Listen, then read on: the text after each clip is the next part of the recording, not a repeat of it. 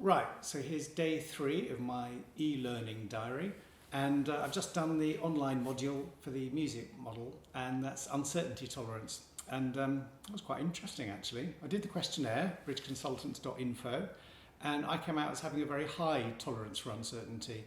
And I think what that means in international projects is I might be quite stressful to work with. And when I was thinking about that first meeting with Asta, maybe I didn't quite make the impression that I was hoping to. I use lots of expressions like sweep stuff under the carpet, I'm sure it'll be fine. And if you have a high tolerance for uncertainty, it means actually quite a lot has to go wrong before you feel uncomfortable. Asta, I'm pretty sure, has got a very low tolerance for uncertainty, which means that when things start to go a bit pear-shaped, she almost panics. And what's important for her is that things are very regulated. And there are a couple of clues that she kind of gave herself away. I mean, she'd sent an email about the agenda. I hadn't even read it, but she'd printed even a spare copy for me. Alignment is very important for her. She talked about the need for being organised, how much she likes research, all those kind of stuff really. And then also like using WhatsApp, which I thought would be just no big deal. She was really uncomfortable with that because she said only approved things should be used. So I'm pretty sure that we're at different ends of the scale here, and that she will be quite stressed working with me because I'm constantly appearing to be a bit unprofessional and just happy to go with the flow. And I get quite stressed working with her because she's focusing on stuff which I just think is not that important.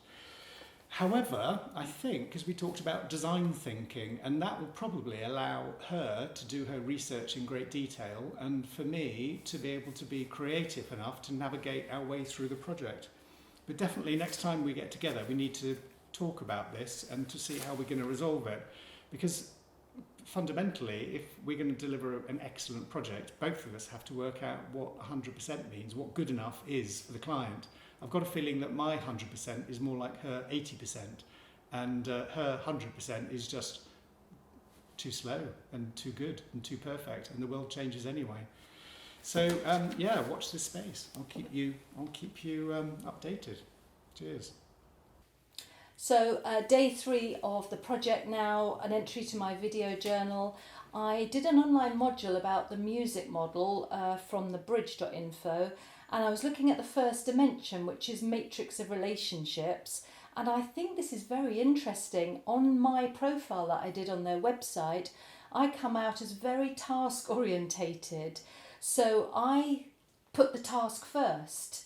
And I think Zach is probably very people orientated. So he puts the relationship first.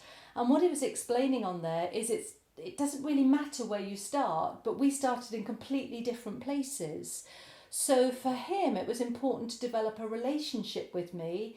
And for me, it was important just to get down to business. So I had an agenda and I was straight to the task. He tried to tell me about his holiday.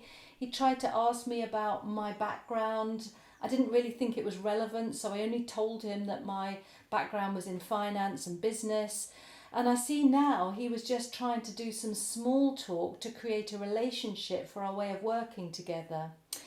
And it made me laugh because it talked about task-orientated people being like coconuts, very hard on the outside, needing to get the task done, very soft on the inside. And the people-orientated cultures, and I think Zach, being very soft and fluffy on the outside, but could potentially be quite tough on the inside. But I think I very much saw the soft and fluffy person, and it made sense why he talked about the people that he knew. His network is very important. It's about relationships. So when we meet next time, I need to make an effort to do small talk, to find out more about him, and share more about who I am as a person, and to devote some of that to the beginning of the meeting and try and create the relationship that he was looking for.